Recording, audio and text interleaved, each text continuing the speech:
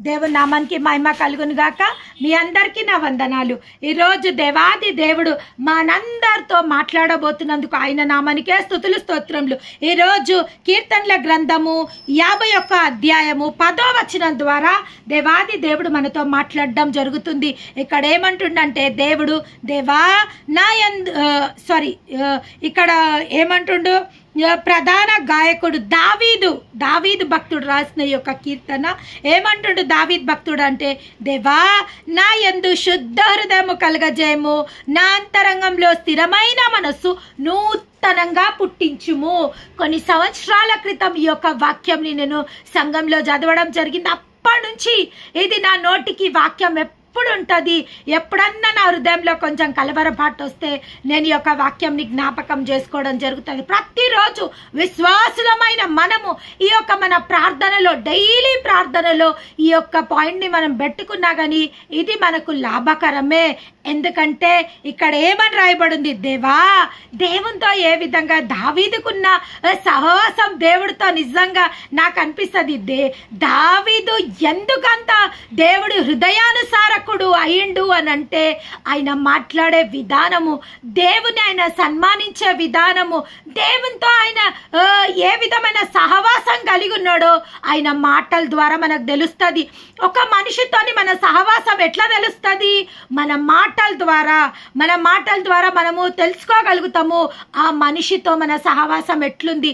అన్యోన్య సహవాసం ఉందా, మనకు వ్యతిరేకమైన సహవాసం ఉందా, లేదా శత్రుత్వంతో కూడిన సహవాసం ఉందా, మిత్రుత్వంతో కూడిన సహవాసం ఉందా, మన మాటలను బట్టి అది స్పష్టమవుతుంది.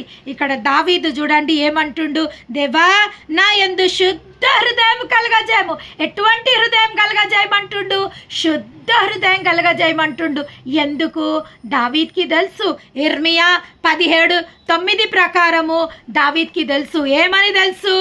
హృదయము అన్నిటికన్నా మోసకరమైంది, అది ఘోరమైన వ్యాధి గలది, దాన్ని గ్రహించగలవాడు ఎవరు దాన్ని గ్రహించగలుగుతారు? హృదయం అంట అన్నిటికన్నా మోసకరమైంది, ఘోరమైన వ్యాధి గలది, కానీ ఎవరు దాన్ని గ్రహించగలరు? నిజంగా అక్కడ క్వశ్చన్ మార్క్ వేయబడింది వాక్యంలో. ఇక్కడ ఒక క్వశ్చన్ మార్క్, ఆ వాక్యం పక్కకు మనకేం కనబడుతుంది అంటే క్వశ్చన్ మార్క్. ఎవరు గ్రహిస్తుండ్రు? అది మన హృదయం ఏ విధంగా మనని మోసం చేస్తుంది, ఏ విధంగా మన హృదయాలోచనలు అనేకములు. నిన్నటి రోజు దేవుడు మనకిచ్చిన వాగ్దానం హృదయాలోచనలు అనేకములు, కానీ దేవుని యొక్క తీర్మానం స్థిరమైనది. మన హృదయంలో ఎన్నో రకాల ఆలోచనలు వస్తుంటాయి. నిన్న చాలాసేపు మనం దాని గురించి మాట్లాడడం జరిగింది. హృదయంలో నుంచే మనకు మంచి తలంపులు రావాలన్నా, చెడు తలంపులు రావాలంట ఎప్పుడైనా హృదయంలో యోచించిన దాన్ని బట్టి నోరు మాట్లాడును. మన మాటలు ఎక్కడ యోచించుకుంటామంట? మనము హృదయంలో యోచించుకుంటామంట. హృదయంలో యోచించుకున్న దాన్ని బట్టి నోరు మాట్లాడును. నోరుతో మాట్లాడాలంటే మనకు బ్రెయిన్, మన హార్ట్ లో మనం ఏదైతే ఆలోచిస్తున్నామో, ఏదైతే తలస్తున్నామో అది బ్రెయిన్ కి సిగ్నల్ వెళ్తుంది. ఆ యొక్క సిగ్నల్, ఆ సెన్స్ నుంచి మన నోటి నుంచి ఆ మాటలు రావడం జరుగుతుంది. ఇక్కడ ఏమంటుండు, హృదయం అన్నిటికన్నా ఘోరమైన వ్యాధి గలది, కానీ దాన్ని గ్రహించగలవాడు ఎవడును? ఒకని ప్రవర్తనను బట్టి వాని క్రియల ఫలము చొప్పున ప్రతీకారమును చేయుటకు యెహోవాని నేను హృదయములను పరిశోధించువాడు. మన దేవుడు ఎవరంట? హృదయములను పరిశోధించువాడు. నిజంగా ఈ మాట దావీద్కి తెలుసా తెలియదా? తెలుసు కాబట్టే 51:10 ఏమని మాట్లాడుతుండంటే, దేవా నా యందు శుద్ధ హృదయము కలగజేయము. ఎందుకు ఆ మాట మాట్లాడుతుండంటే, దేవాది దేవుడు హృదయములను పరిశీలించువాడు అనేసి దావీదు భక్తునికి ఆ యొక్క మాట తెలుసు కాబట్టే మన హృదయంలోకి వచ్చే శోధన పరిశీలించువాడు, అంతరేంద్రములను పరీక్షించువాడు. అవును, మన దేవుడు హృదయాలని పరీక్షించువాడు, మన అంతరేంద్రాలను పరిశోధించువాడు అనేసి దావీద్కి తెలుసు. పరిశోధించడం అంటే ఏంది? అది పరిశోధించడం అంటే ఏంది? ఎగ్జామ్ చేయడము. అంటే ఎగ్జామ్ అంటే ఆ ఎగ్జామ్ కాదు, ఎగ్జామినేషన్ ఎగ్జామ్ చేయడం అంటే ఇప్పుడు డాక్టర్ దగ్గరికి మనం వెళ్ళినప్పుడు మనం రోగం మనకి ఏదైనా ఒంట్లో బాగాలేదంటే డాక్టర్ ఫస్ట్ ఏం చేస్తాడు, మనని ఎగ్జామిన్ చేస్తాడు. ఎగ్జామిన్ చేస్తాడు? మన పల్స్ చూస్తాడు, అదే విధంగా మన బీపీ చూస్తాడు, మన టెంపరేచర్ చూస్తాడు.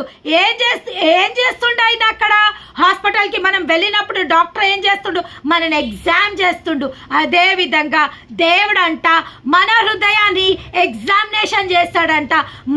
మన తలంపులు ఎట్లున్నాయి, మన ఆలోచనలు ఎట్లున్నాయి, ఏ విధంగా మనం తలుస్తున్నాము, ఏ విధంగా ఆలోచిస్తున్నాము, వాటిని రిపేర్ చేయడానికి ఎవ్రీ టైమ్ ఈజ్ అవైలబుల్. అంటే ఒకవేళ దేవుడు పరిశుద్ధాత్ముడు వాటిని బాగు చేయడం కోసము, వాటిని రిపేర్ చేయడం కోసం లేకపోతే మనమైతే ఎన్నో ఘోరమైన ఏమంటారంటే ఇరుకులలో, ఇబ్బందులలో, బాధలలో, చిక్కులలో పడిపోయే అవకాశం ఉంది. ఎందుకంటే మనం ఏదైనా సడగ్గున ఏదైనా తప్పు మాటలు మాట్లాడినాం అనుకో, దానివల్ల చాలా తప్పులు జరుగుతుంది. ఇప్పుడు ఒక బైక్ వాడు మనని ఇట్లా గుద్దుకుంటూ వెళ్ళిపోయింది అనుకోండి, ఆ బైక్ వాడికి చాలా నష్టం. ఎందుకంటే ఈ మనిషికి ఏమైనా అని వాళ్ళే భరించుకోవాలి.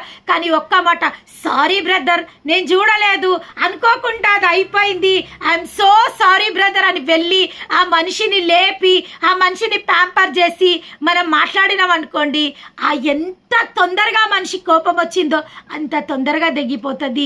కొంతమంది అయితే మంచి మనుషులు sorry brother it's all right అంటారు, లేదా ఇట్స్ ఆల్ రైట్ బ్రదర్ మీరు వెళ్ళండి అంటారు, లేదా కొంచెం సేపు బెట్టు చేస్తారు, అట్లెట్లా మీరు అది చేసిన, కానీ ఎట్లాస్ట్ అక్కడ సమాధానం అయితే కలుగుతుంది. ఏ విధంగానైనా కానీ అది పెద్దగా కాకుండా అదే విధంగా దేవాది దేవుడంట మన హృదయాలని పరిశోధిస్తుంటాడంట. ఫస్ట్ ఆయన పరీక్షిస్తుంటాడంట, పరీక్షించి తర్వాత ఆయన ఏం చేస్తాడంట, దాన్ని ఎగ్జామ్ చేస్తుంటాడంట.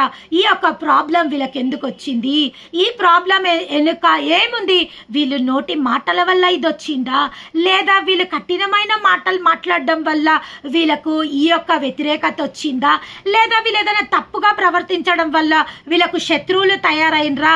దేవుడు అవన్నీ ఎగ్జామ్ చేసి పరిశుద్ధాత్ముని ద్వారా మనకు ప్రతిదీ బయలుపరచడం జరుగుతుంది. ఎందుకు? For hour corrections. ఒకవేళ మనకు కరెక్షన్ చేసేటో లేకపోతే మనము ఒక రోజుకి ఎన్నో తప్పులు చేయగలుగుతాం. మనకు తప్పేందో ఒప్పేందో తెలిపే వ్యక్తులు లేకపోతే, తెలిపే వాక్యం లేకపోతే, తెలిపే పెద్దలు లేకపోతే, తెలిపే వెల్విషర్స్ లేకపోతే మనము ఎన్నో రకాల తప్పులలో మనం చిక్కుకునే అవకాశం ఉంది.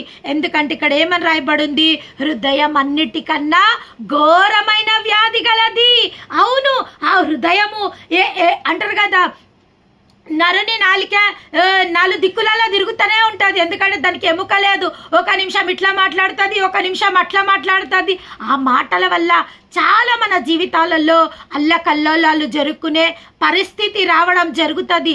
కాబట్టి ఇక్కడ దావీదు భక్తుడు ఏమంటుండంటే, దేవా నా యందు శుద్ధ హృదయం కలగజేయ్యా. ఎప్పుడైతే నా హృదయం శుద్ధిగా ఉంటుందో, నా మాట శుద్ధిగా ఉంటుంది. నా మాట శుద్ధిగా ఉంటుంది అనుకో, నా ప్రవర్తన శుద్ధిగా ఉంటుంది. నా ప్రవర్తన శుద్ధిగా ఉంటే నా ఆలోచనలు శుద్ధిగా ఉంటుంది. నన్ను నేను నిందారహితుడిగా ఉంచుకోగలుగుతా ప్రభువా. ఇక్కడ నుంచే కదా ప్రభువా ప్రాబ్లమ్స్ అన్నీ వచ్చేటి. కాబట్టి దేవా నా హృదయాన్ని మీరు శుద్ధీకరించండి. ఇప్పుడు చూడండి, మనము గిన్నెలు వాడుకుంటాము, మనం భోజనం చేస్తాము, అవి అట్లనే పెట్టేయం కదా. వాటిని మంచిగా సోపు పెట్టో లేకుంటే ఏదైనా లిక్విడ్ పెట్టో క్లీన్ చేసుకుంటాం. ఎందుకు క్లీన్ చేసుకుంటాం? నెక్స్ట్ టైం అవి యూజ్ కావడానికి.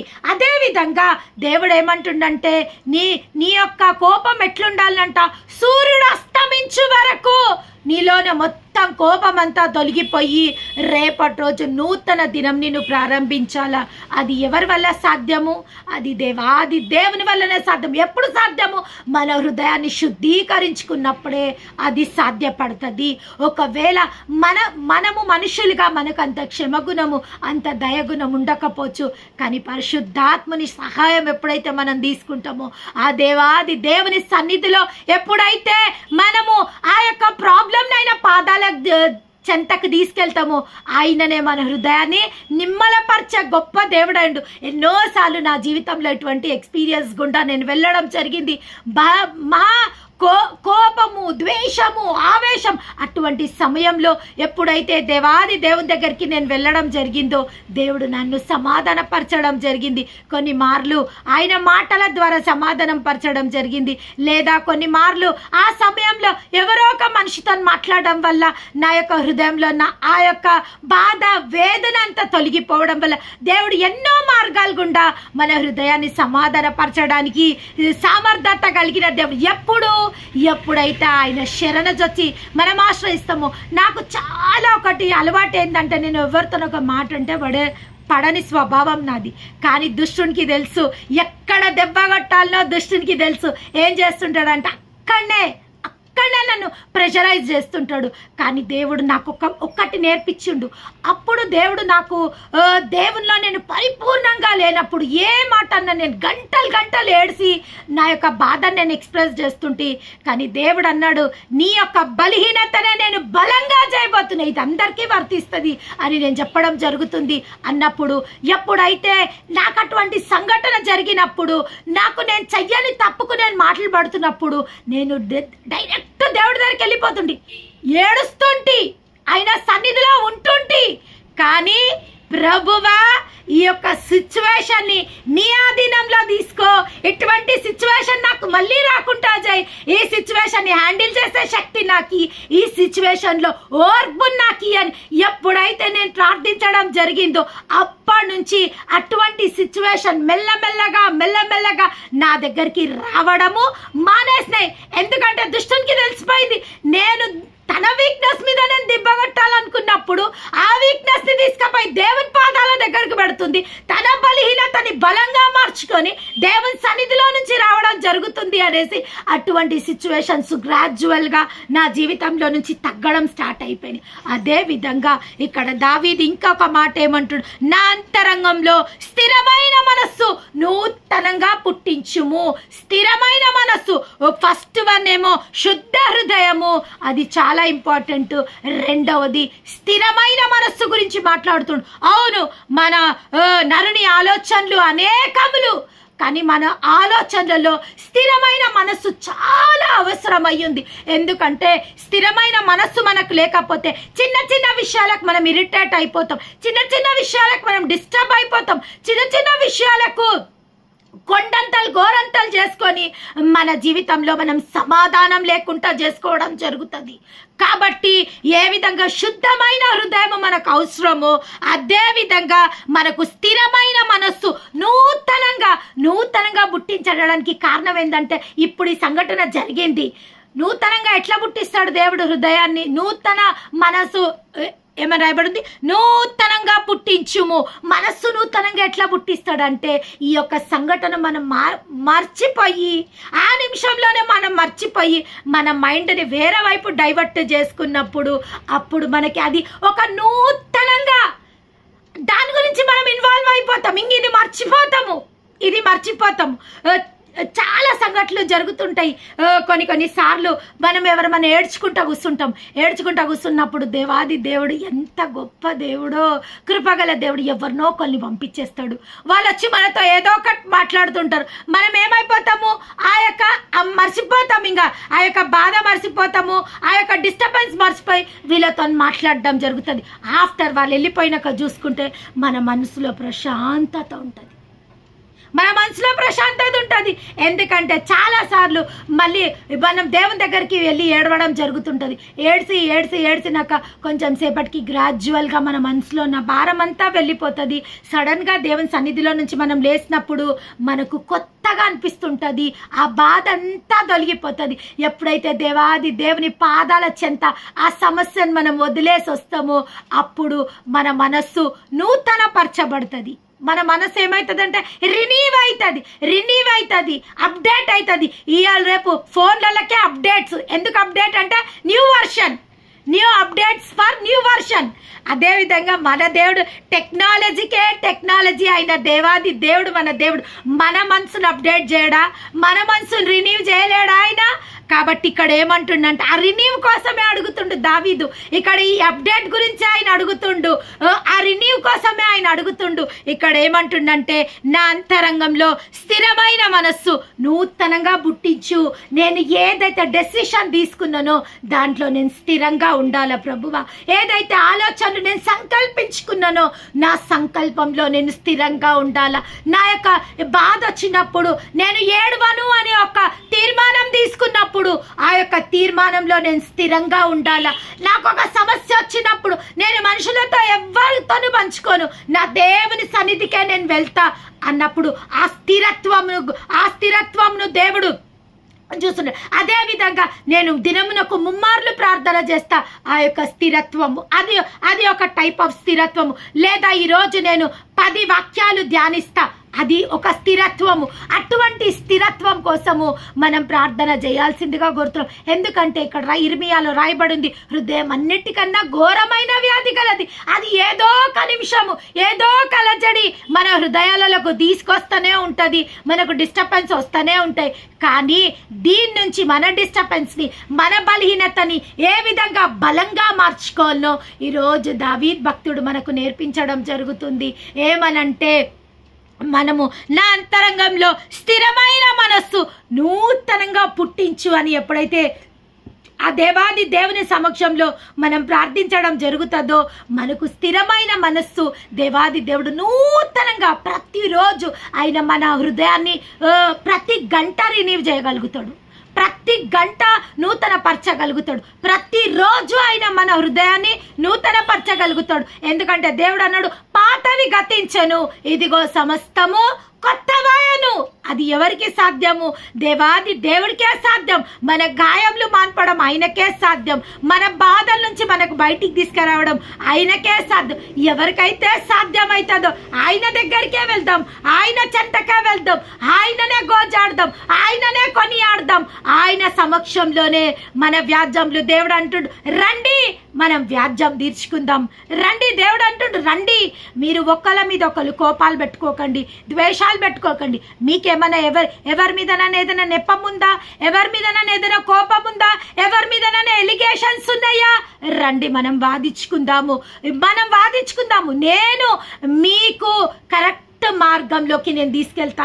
చాలా మంది సిస్టర్స్తో నేను ఈ విధంగానే కౌన్సిలింగ్ చేసి మాట్లాడినప్పుడు వారు నాకు ఒక ఎలిగేషన్స్ తీసుకొని వచ్చినప్పుడు నేను ఒకటే అంట, సిస్టర్స్ మనం ఏ విధంగా ఒక నాణ్యానికి బొమ్మ బొరుసు ఉంటుందో మనం ఒక్క వైపే చూడగలుగుతాం ఒక్కొక్కసారి, కానీ పరిశుద్ధాత్మ దేవుడే రెండో వైపు ఏముందో, రెండో వైపు ఏం జరిగిందో, వారు ఎందుకు ఆ విధంగా మాట్లాడినరో, వారు ఎందుకు ఆ విధంగా ప్రవర్తించిండ్రో, వారు ఎందుకు ఆ విధంగా చేసిండ్రో రెండో వైపు మనకు తెలవాలంటే మనకు దేవాది పరిశుద్ధాత్మని సహాయం వల్లనే అది మనం తెలుసుకోగలుగుతాము అని నేను ఎంతో మందికి ఆ విధంగా రెండో వైపు దేవుడి ఉద్దేశము ప్రణాళిక ఏ విధంగా ఉందో, ఎందుకు ఆ విధంగా దేవుడు ఎలా చేసిండు అని చెప్పినప్పుడు అప్పటి వరకు ఎదుటోళ్ళ మీద వాళ్ళకు కోపము, ఎదుటోళ్ళ మీద వాళ్ళకు ద్వేషము, అటువంటి సిచ్యువేషన్ లో వాళ్ళు నెమ్మది పొందుకొని లాస్ట్ అవును సిస్టర్ మీరు చెప్పినట్టే నిజంగా ఈ విధంగా మేము ఆలోచించాలి. ఎన్ని సంవత్సరాల నుంచి మేము వ్యతిరేకత పడ్డామో, ఎన్ని సంవత్సరాల నుంచి ఈ సిచ్యువేషన్ గుండా మేము అది మాకు మా హృదయంలో ఒక గాయం లాగా అయిపోయింది. కొన్ని రోజులు ఆ సిచ్యువేషన్స్ గుండా కొన్ని రోజులు ఉండొచ్చు, కొన్ని సంవత్సరాలు ఉండొచ్చు, కొన్ని గంటలు ఉండొచ్చు, కొన్ని నిమిషాలు ఉండొచ్చు, కానీ ప్రతిదీ మన హృదయాన్ని అది ఇన్కరప్ట్ చేస్తూనే ఉంటుంది. ఇన్కరప్షన్ చేస్తూనే ఉంటుంది, దాన్ని పాడు చేస్తూనే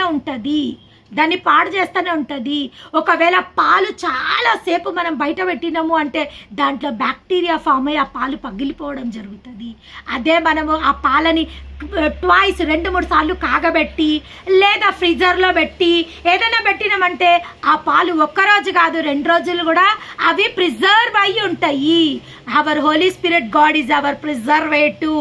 he can repair us, he can prepare us, he can guide us.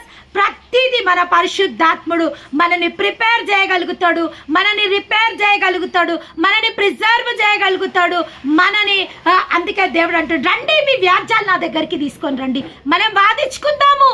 మనం వాదించుకొని ఎట్లాస్ట్ డెసిషన్ ఏమొస్తుందో తీసుకుందాం మనము. అప్పుడు ఆ మనిషి గురించి మీరు డెసిషన్కి రండి. అది ఆ సిచ్యువేషన్ ఎందుకు జరిగింది, ఆ యొక్క పెయిన్ గుండా మీరు ఎందుకు వెళ్ళాల్సి వచ్చింది, ఆ విధంగా మీకు వచ్చిన ఆ ఇన్సల్ట్ ఎందుకు జరిగింది, లేదా కష్టం మీకు ఎందుకు వచ్చింది, అది మీకు స్పష్టంగా నేను చెప్పడానికి రెడీగా ఉన్నా. ఈ రోజులలో మనకి ఎవ్వరికీ టైం లేదు.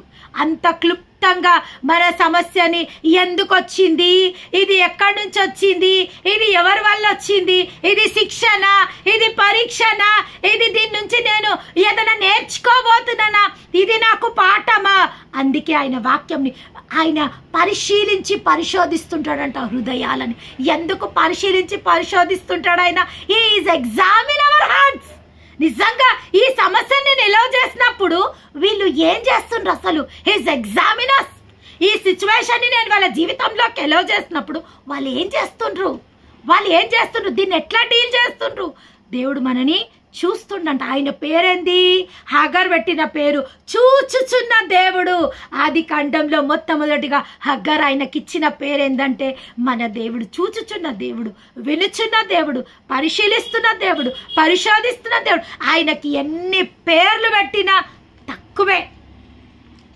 ఆయనకు లోకంలో ఉన్న పేర్లన్నీ ఆయనకే. ఎందుకంటే ఆయన వల్లనే, ఆయన కోసమే, ఆయన ద్వారానే సమస్తం జరుగుతుంది, సమస్తం చేయబడ్డది, సమస్తము నడుస్తుంది. ఈ లోకం నడుస్తుందంటే ఆయన వల్లనే, ఆయన కోసమే, ఆయన ద్వారానే ఇదంతా జరుగుతుంది. కాబట్టి మనం ప్రతిసారి ఆయన దగ్గరికే వెళ్ళాలా. ఎందుకంటే చేసిన ఆయననే, నడిపిస్తున్న ఆయననే, ప్రతిదీ ఆయననే. ఇక్కడ అదే విధంగా మత్తయిలో ఏమని రాయబడింది? మత్తయి 5వ అధ్యాయంలో 8వ వచనంలో ఏమని రాయబడింది? హృదయ శుద్ధి గలవారు ధన్యులు, వారు దేవుని చూచెదరు. హృదయ శుద్ధి ఎందుకు అవసరము? మన హృదయాలను ఎందుకు పరిశీలిస్తుండు, ఎందుకు పరిశోధిస్తుండు? మనం హృదయము శుద్ధి కలిగి ఉండాలని ఆయన ఎందుకు అనుకుంటుండు? ఎప్పటికప్పుడు మనము క్లీన్ చేసుకోవాలని ఆయన ఎందుకు అనుకుంటుండు? దావీదు భక్తుడు ఎందుకు అనుకుంటుండు? దావీదు భక్తుడు ఎందుకు ఇవన్నీ అడుగుతుండ అంటే హృదయ శుద్ధి గలవారు ధన్యులు, వారు దేవుని చూచెదరు. దేవుని చూస్తారంట వాళ్ళు దేవుని, ఆయనని. ఎప్పుడైతే మన హృదయం శుద్ధిగా ఉంటుందో, నిజంగా ఎట్లా చూస్తాం బ్రదర్? మరి ఆ పాత నిబంధనలో దేవుని చూసి ఎవ్వరు బ్రతకలేరు. మోషేకే ఆయన పొదల నుంచి కనబడ్డాడు. మరి మనం ఎట్లా చూస్తాము? చూడగలుగుతాము. ఎందుకంటే దేవాది దేవుడు అన్నాడు, ఏమన్నాడంటే, నేను రోగి అయి ఉన్నప్పుడు నువ్వు పరామర్శించడానికి వచ్చినావు అంటే, ఎప్పుడు రోగి అయినావు ప్రభువా, మేము ఎప్పుడు హాస్పిటల్కి వచ్చినాము అన్నప్పుడు దేవుడు అన్నాడు, నా నామంలో మీరు ఎవరిని చూసినా అది నన్ను చూసినట్టే, నా నామంలో మీరు ఎవరికి ఒక గ్లాస్ నీళ్ళు ఇచ్చినా అది నాకు ఇచ్చినట్టే. ప్రవర్తలని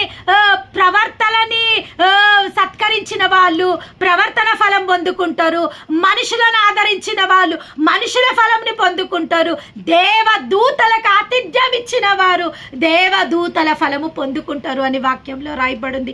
కాబట్టి మనము దేవుని ఎక్కడ చూడగలుగుతాము అంటే, నిజంగా దేవుని ప్రేమని కానీ దేవుని ఎప్పుడు చూడగలుగుతామంటే, దేవుడు అన్న మాటనే అది, నిన్ను వలేని పొరుగు వారిని ప్రేమించు. ఎప్పుడైతే నీలో ఒక దైవం ఉంది అని నువ్వు అనుకుంటున్నావో, పరిశుద్ధాత్మ నీలో వాసమై ఉన్నాడని నువ్వు అనుకుంటున్నావు, అదేవిధంగా ఎదుటిలో వ్యక్తిలో కూడా ఆ యొక్క దైవం ఉన్నాడు అని నువ్వు ఎప్పుడైతే అనుకుంటావో, ఆ మనిషిలో నువ్వు ఖచ్చితంగా దైవాన్ని చూడగలుగుతావు. దేవుని నామానికి మహిమ కలుగును గాక. మహాపరిశుద్ధుడవైన తండ్రి, ఈ రోజు నాయన ప్రభువా, తండ్రి దేవా, కీర్తనలు 51:10 వచనం ద్వారా ప్రభువా మీరు మాట్లాడిన ప్రతి మాటకై మీకే స్తుతులు స్తోత్రములు నాయన ప్రభువా. విన్న వాక్యము నాయన ప్రభువా నీరు కట్టి నాయన మా హృదయాలలో అది 30 60 100 ఫలింపజేయడానికి గల కృపని దయచేయమని ప్రార్థిస్తున్నాం. ఈరోజు ఏ విధంగా మేము హృదయాన్ని శుద్ధీకరించుకోను, ఏ విధంగా దావీదు భక్తుడు ఏ విధంగా ప్రతిరోజు స్థిరమైన మనస్సు నూతనంగా నా హృదయంలో పుట్టించమని ఏ విధంగా అడిగిండో ప్రభువా, మేము కూడా అదే విధంగా అడిగే వారుగా మేము ఉండాల ప్రభువా. అదే విధంగా ఇంకా నా అంతరంగంలో స్థిరమైన మనసు నూతనంగా పుట్టించుమని ప్రతిరోజు దావీదులాగా మేము కూడా ఈ ప్రార్థన చేసి నాయన ప్రభువా మా హృదయాన్ని శుద్ధీకరించుకొని నాయన ప్రభువా నీకు ఇష్టానుసారమైన వ్యక్తులుగా హృదయ శుద్ధి కలిగి ఈ లోకంలో జీవించే కృపను మాకు అనుగ్రహించమని సర్వశక్తిమంతుడైన యేసు నామంలో ఈ ప్రార్థనలను సమర్పించి వేడుకుంటున్నాం తండ్రి. Amen amen amen. Praise the lord.